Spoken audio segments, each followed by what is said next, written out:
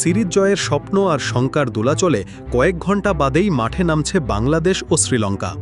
এই নির্ধারণী ম্যাচে বড় বাধা হয়ে উঠেছে বৃষ্টি, যা নতুন করে সংশয় জাগিয়েছে। বৃষ্টির ভ্রুকুটি মাথায় রেখে কেমন হতে পারে টাইগারদের তৃতীয় ওয়ানডের একাদশ?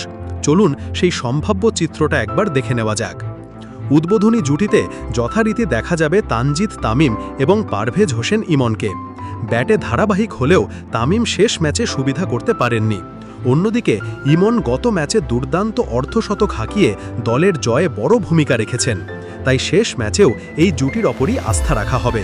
ওয়ান ডাউনে নাজমুল হোসেন শান্তর থাকার কথা থাকলেও তিনি ইনজুরি থেকে ফিরতে না পারলে তার জায়গায় সুযোগ পেতে পারেন নাইম শেখ। আর তেমনটা হলে এক ম্যাচের জন্য সুযোগ পালা এই সিরিজটি নাইমের জন্য হতে পারে এক বড় পরীক্ষার মঞ্চ। এরপরে যথাক্রমে দেখা যাবে তাওহিদ হৃদয় এবং মেহেদী হাসান মিরাজকে। দীর্ঘদিনের ফর্মের আড়াল কাটিয়ে হৃদয় শেষ ম্যাচে অর্ধশতক করে ফর্মে ফেরার ইঙ্গিত দিয়েছেন।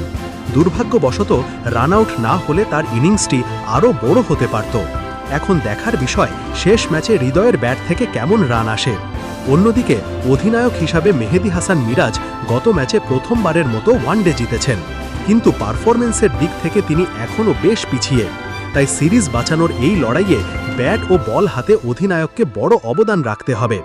মিরাজের পর ফিনিশার হিসাবে দলে দেখা যেতে পারে জাকের আলী অনিক ও শামীম পাটোয়ারিকে। এই দুজন যদি শেষ ম্যাচে একসাথে জ্বলে উঠতে পারেন, তাহলে শ্রীলঙ্কার বিপক্ষে বাংলাদেশ একটি ভালো সংগ্রহ গড়তে সক্ষম হবে।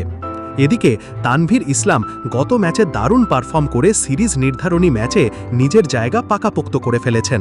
পেসারদের মধ্যে তানজিম সাকিব ও মুস্তাফিজুর রহমান নিশ্চিতভাবেই একাদশে খেলবেন।